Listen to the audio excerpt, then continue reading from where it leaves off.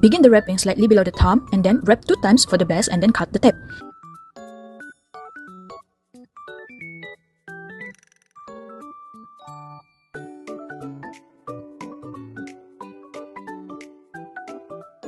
And the second wrap, you need to start slightly above the first wrap in order to secure the wrist to avoid any unnecessary movement. Wrap it around 2 times as well.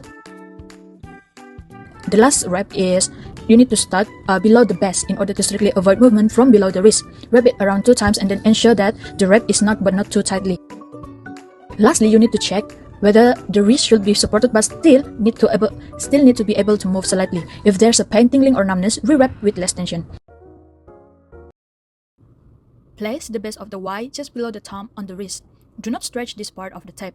The first tail needs to be stretched around 10 to 20% and wrap it around the thumb, starting at the base and moving toward the nail, ensuring that it follows the natural curve of the thumb, providing light support.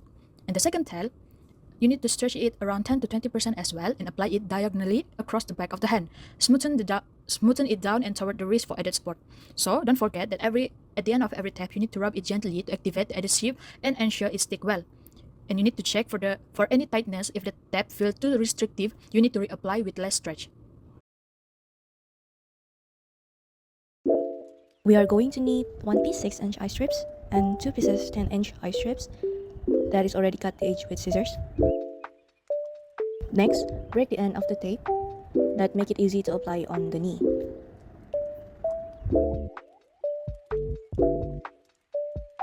Apply the tape just beneath the patella with 80% tension. Lay down the end of the tape with 0 tension. Take the second piece and apply roughly 2 inches below the kneecap. And trace the other edge of the kneecap with the edge of the tape and apply 50% tension with 0 tensions at the end of the tape. Now, line up the second tape from the first but on the opposite of the tie and handle the tape just like the first piece. Tracing the inside edge of the kneecap and apply 50% tension with 0 tensions at the end of the tape. Give a friction rub to make it more adhesive. So first, the kinesiology tape should be cut into a single eye-shaped strip with the edges rounded to prevent peeling. This simple preparation step enhances the tape's durability, ensuring it remains effective for several days. The application process begins with the anchor placement.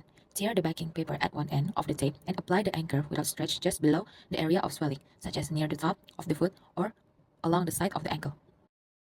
Next, stretch the tape lightly, applying 10 to 25% tension and guide it over the swollen area. The tape should follow the natural lymphatic drainage pathways, usually toward the lymph nodes in the lower leg. Excessive stretching should be avoided as it can irritate the skin or impair lymphatic flow.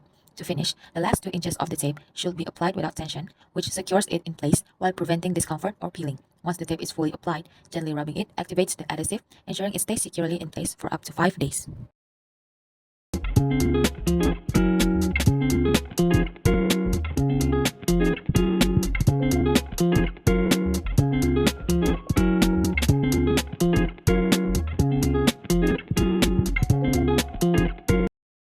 First of all, in this triangular bandage, focusing on the wrapping on the forehead, using triangular bandage causing by minor burn. First of all, fold the triangular bandage at the bottom by 1 inch. Then make sure the bottom of the bandage is above the eyebrow. Then start with both edge of the bandage, fold back and make one bond. Then secure it by tighten it. Then continue bringing the 2 ends of the bandage to the front and tie it.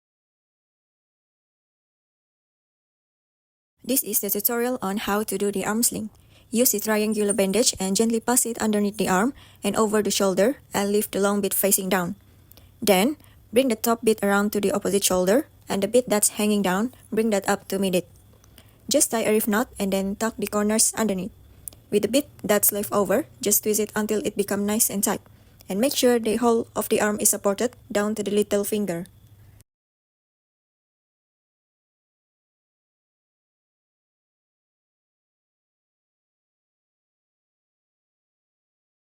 This is the tutorial on how to do hand bandage. Use a roller bandage. Place the bandage on the inside of the wrist just below the thumb. Wrap the bandage straight around the wrist twice. Then, wrap the bandage from the inside of the wrist diagonally across the back of the hand, up to the nail of the little finger, straight across underneath the fingers, and diagonally back across the back of the hand to the outside of the wrist.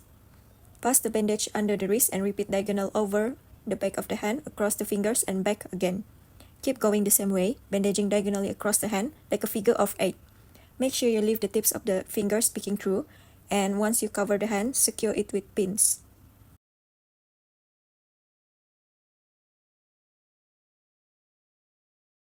Begin by holding the one end of the roller bandage against the outside of your kneecap. Secure it in place by wrapping it around your leg, just below the knee joint. Continue wrapping below your knee 2 or 3 times, ensuring that each layer overlaps about half of the previous layer. This creates a stable anchor for the rest of the wrap. After securing below the knee, pull the bandage up behind your knee and then around to cover above your kneecap. Make sure to cover both above and below the kneecap with several layers, again overlapping each layer by about half. This provides maximum support to both ligaments and muscles surrounding the joint.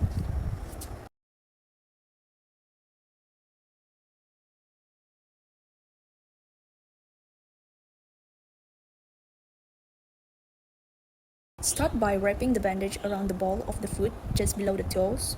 Make 2 complete turns around this area to anchor the bandage.